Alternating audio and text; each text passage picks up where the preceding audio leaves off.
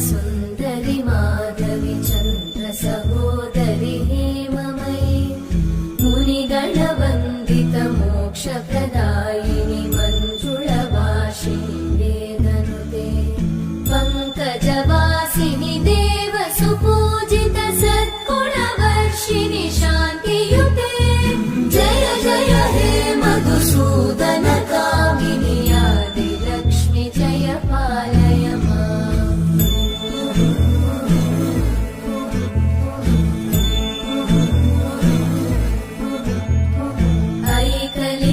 ऐकलिकल्मषनाशिनि कामिनि वैदिकरूपिणि वेदमयि क्षीरसमुद्भव